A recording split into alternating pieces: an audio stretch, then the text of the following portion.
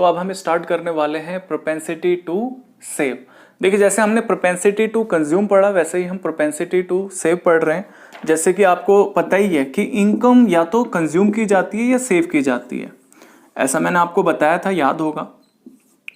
Income को या तो हम कंज्यूम करेंगे या सेव करेंगे, ठीक है, यही होता है।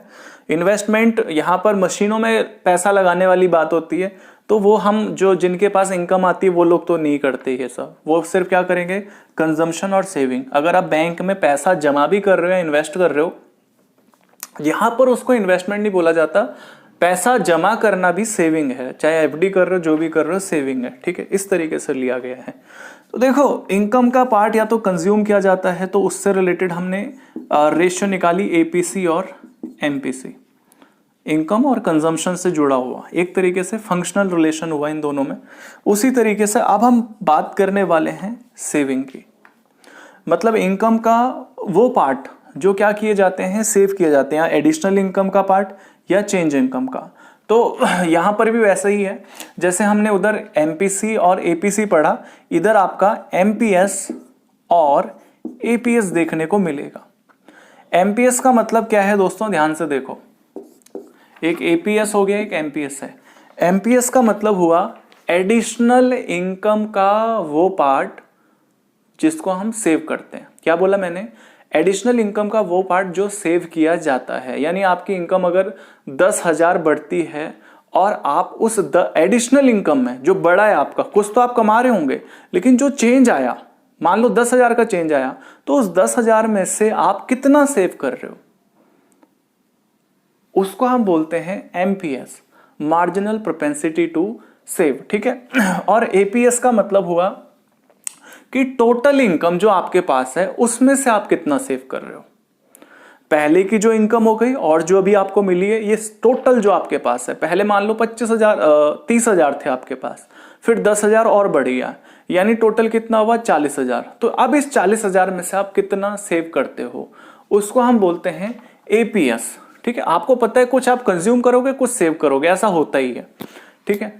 चलो आ जाओ, वही चीज पढ़ रहे हैं। एपीएस का मतलब है एवरेज प्रोपेंसिटी टू सेव। पहले इसको पढ़ लो। देखो प्रोपेंसिटी का मतलब प्रोपोर्शन या डिजायर होता है, तो यहां क्या लिखा हुआ है, it is the proportion of total income or an increase in income, यानी additional income, that consumer save करेगा rather than spend on goods and services. यानी कंजम्पशन की बात नहीं कर रहे, हम कंजम्पशन नहीं कर रहा, लेकिन उसको क्या कर रहा है, उस इनकम को सेव कर रहा है, उसकी बात हम कर रहे हैं, जो पार्ट वो सेव कर रहा है।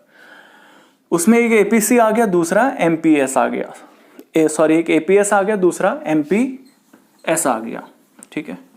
अब एपीएस का मतलब हुआ it is the percentage, percentage में ही आएगा ये भी, और ratio of total income which is saved, ठीक है, कोई दिक्कत नहीं है।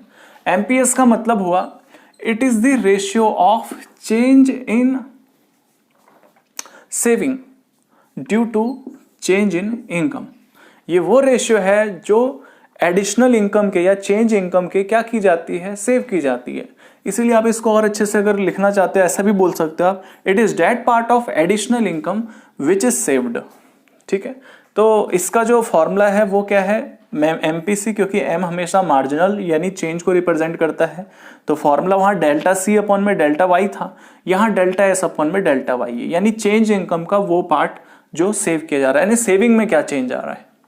और ये क्या है आपका, ये सिंपल है, टोटल सेविंग अपॉन में टोटल इनकम, कोई दिक्कत नहीं।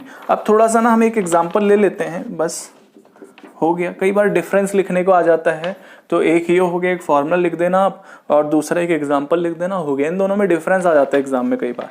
तो मान लो आपकी इनकम अगर 1000 की है और आप सेव करते हो 500 रुपए, तो आपका एपीएस क्या होगा।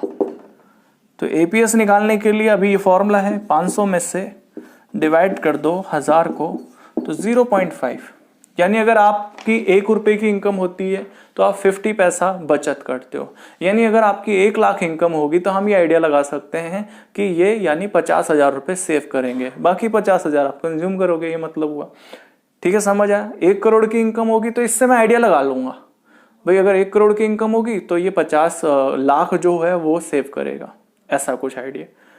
मतलब एक रफली हम आइडिया लगा सकते हैं, ठीक है। ये इससे होता है। तो हर एक इकोनॉमी की अपना एपीएस भी होता है, चेंज होता रहता है लेकिन होता तो है। बाकी एमपीएस की बात करते हैं, एक एग्जांपल लेते हैं यहाँ पर भी। मैं इधर ले लेता हूँ, जगह कम है, आप इसके नीचे लिखना उस चीज़ को, ठीक है दोस्तों। बिल्कुल सर। ये लो, ये आपका इनकम है, ये आप कंज्यूम करते हो, ये सेव करते हो। थोड़ा और अच्छे से ले लेते हैं इसको इस बार। इनकम आपकी 1000 थी तो आप 600 रुपये कंज्यूम करते हो, तो बचत कितनी हुई 400 की। और जब आपकी इनकम 1500 की होती है तो आप 850 रुपये खर्च कर जाते हो, और सेव कितना कर रहे हो, माइनस कर दोगे इसमें से। इतने पैसे में से इतना खर्च तो इतना बचत, इतने पैसे हो रहे हैं इतना खर्च कर रहे हो इतनी बचत हो रही है, ये मतलब है। ठीक है, हम लोग क्या निकाल रहे हैं, हम तो एमपीएस निकाल रहे हैं इस बार। तो उसके लिए हमें चेंज इन सेविंग चाहिए। चेंज इन सेविंग कितनी है दोस्तों आपकी, चेंज इन सेविंग है 250 की। और चेंज इन इनकम, क्योंकि एक मेरे को ये चाहिए और चेंज इन इनकम चाहिए, तो चेंज इन इनकम जो मेरी है वो कितनी है, चेंज इन इनकम आप देख सकते हो 500 की। तो मैं इधर कर देता हूँ, जगह नहीं है उधर, या तो मैं थोड़ा सा इसको, ठीक है इधर कर देता हूँ, यहाँ पर कर दूँ, ठीक है यहाँ पर कर देते हैं। एमपीएस इज इक्वल टू, आप देख लो उधर फॉर्मूला ये रहा, 250 अपॉन में 500, ठीक है 250 अपॉन में 500 वही रखा है, 0.5 हो जाएगा ये। यानी 1 लाख की इनकम अगर होती है तो 50 यानी 50,000 1 लाख अगर इनकम में चेंज आता है, ये ध्यान रखना, तो उसका 50% क्या करते हो आप, सेव कर लेते हो, ठीक है। बस और कुछ नहीं है, बड़ा आसान सा था। तो ये 2 कंसेप्ट हमारे हुए यहाँ पर।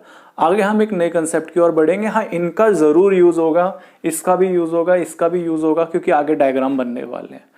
तो मेहनत करते रहिए, जितनी क्लासेस हैं रेगुलरली लेते रहिए, ठीक है। आलस नहीं करना किसी को भी, ठीक है बच्चों। तो तब तक के लिए बाय बाय।